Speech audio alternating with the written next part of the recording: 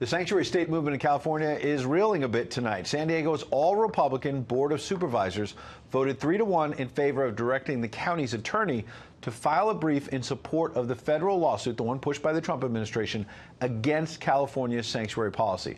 Joining us live from California, the chairwoman of the San Diego Board of Supervisors, Kristen Gaspar, who's also running to succeed retiring GOP Congressman Darrell Issa. Good evening.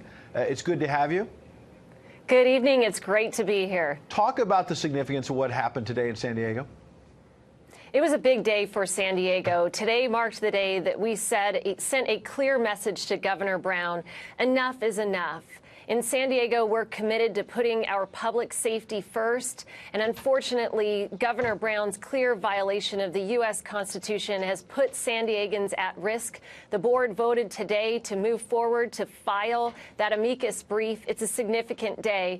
I showed viewers this morning the piles of emails that just poured into the county in support of what we're doing. I want to show you an updated visual today of what those emails look like by this evening. It's really quite remarkable.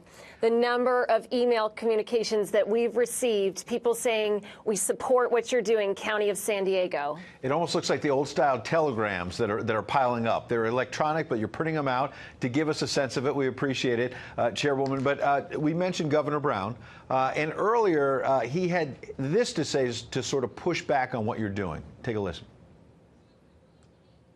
The fact is, America has 10 to 11 million people that are here. And they're human beings. They have families.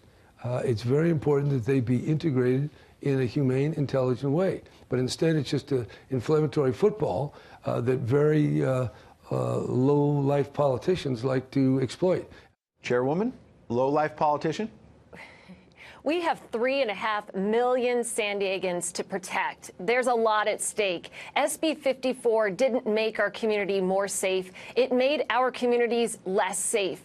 Just by way of example, under Governor Brown's SB 54, between 1 and 3 inmates walk away freely each and every day in San Diego. Since January alone, 284 inmates have just been released back onto the streets without any communication to immigration authorities whatsoever. And now immigration authorities have to go out into our communities and seek out these criminals for potential deportation.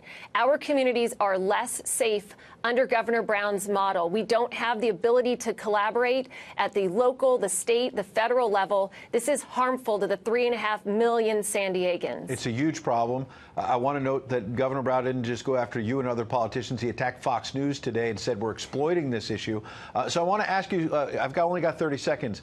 He says that it's going to disrupt your state's economy. Because you have people who have been here 5, 10, 15 years, they're part of the economy, and now you want to deport them, and it's going to be disruptive. You say? Governor Brown is mixing the issues. SB 54, we're talking about people who came illegally into our country and committed crimes. These are people that we need to keep an eye on. These are people that are eligible for deportation. These are not safe people back out in our community. All right. Chairwoman Kristen Gaspar, we appreciate you coming in tonight.